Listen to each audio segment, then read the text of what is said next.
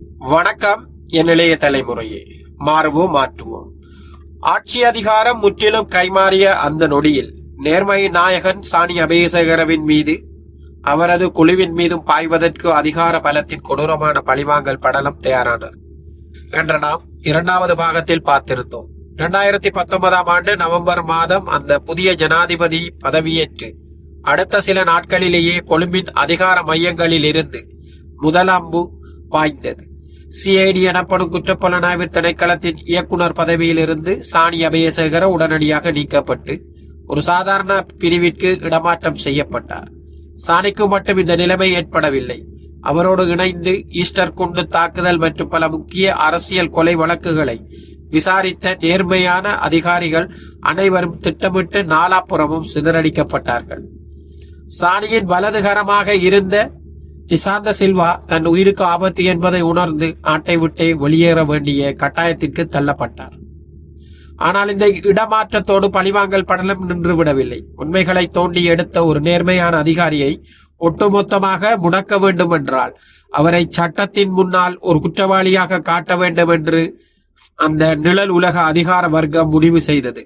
அதன் விளைவாக 2026 ஆண்டு ஜூலை மாதம் சாணி அபேசகர மீது ஒரு அதிர்ச்சியூட்டும் குற்றச்சாட்டு சுமத்தப்பட்டது.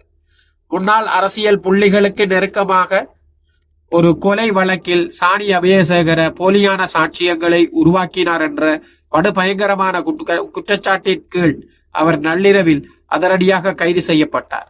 சட்டத்தையும் நீதியையும் தன் வாழ்நாளெல்லாம் பாதுகாத்த ஒரு மூத்த போலீஸ் அதிகாரி தான் துரத்திய குற்றவாளிகளின் சூழ்ச்சிகளில் சிறை கம்பிகளுக்கு பின்னால் தள்ளப்பட்ட அந்த தருணம் இலங்கையின் நீதி கட்டமைப்பிற்கு ஒரு கரும்புள்ளியாக மாறியது.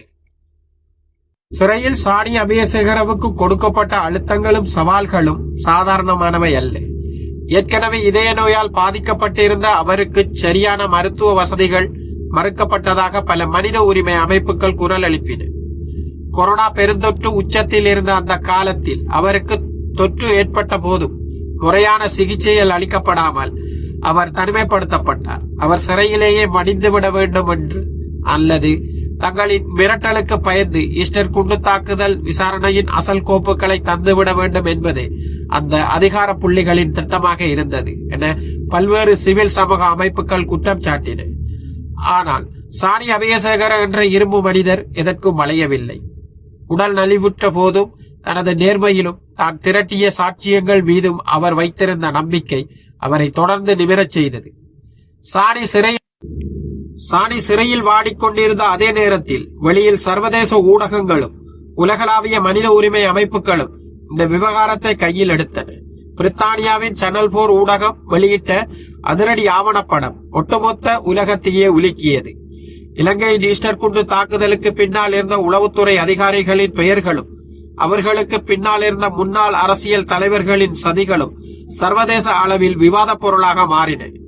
தி நியூயார்க் டைம்ஸ் மற்றும் பிபிசி போன்ற உலக ஊடகங்கள் இலங்கையில் உண்மைகளை தேடிய ஒரு நேர்மையான அதிகாரி பழிவாங்கப்பட்டார் என்று தொடர் கட்டுரைகளை வெளியிட்டு கொழும்பின் அதிகார வர்க்கத்திற்கு சர்வதேச நெருக்கடியை உருவாக்கின. உள்ளூர் புலனாய்வு பத்திரிகையாளர்களும் அச்சுறுத்தல்களுக்கு அஞ்சாமல் சாணி நீதிமன்றத்தில் தாக்கல் செய்திருந்த அசல் வாக்குமூலங்களையும் உளவுத்துறையின் ரகசிய தொடர்புகளையும் பத்திரிகை செய்திகளாக மக்கள் மன்றத்தின் முன்னால் கொண்டு வந்து நிறுத்தின.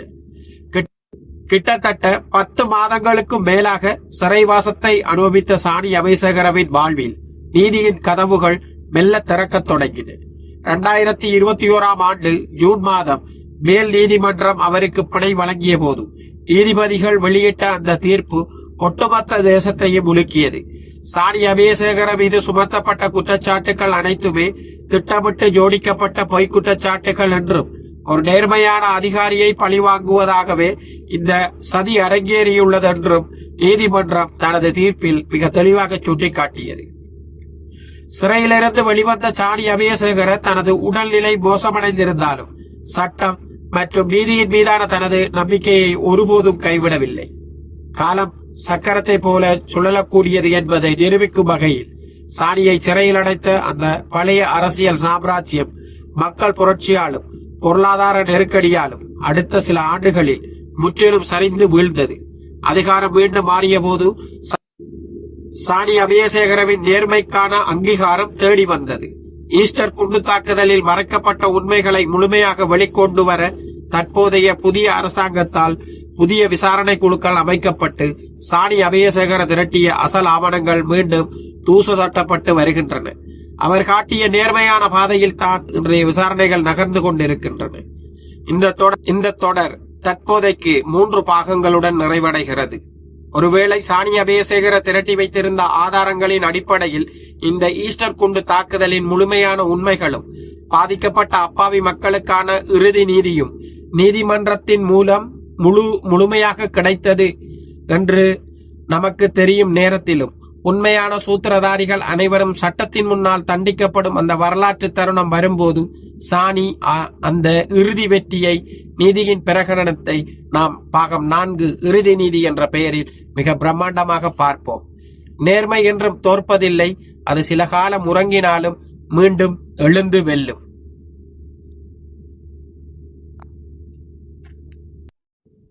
நாட்டில் இடம்பெறும் அரசியல் மாற்றங்களையும் சட்ட பிரச்சனைகளையும் நீதிக்காக உழைக்கும் நேர்மையான மனிதர்களையும் அறிந்து வைத்திருப்பது இளையோரின் கடமையாகும். எனவே இது போன்ற செய்திகளை தெரிந்து கொள்ள எனது சேனலை சப்ஸ்கிரைப் செய்து கொள்ளுங்க, லைக் பண்ணுங்க, ஷேர் பண்ணுங்க. நன்றி, வணக்கம்.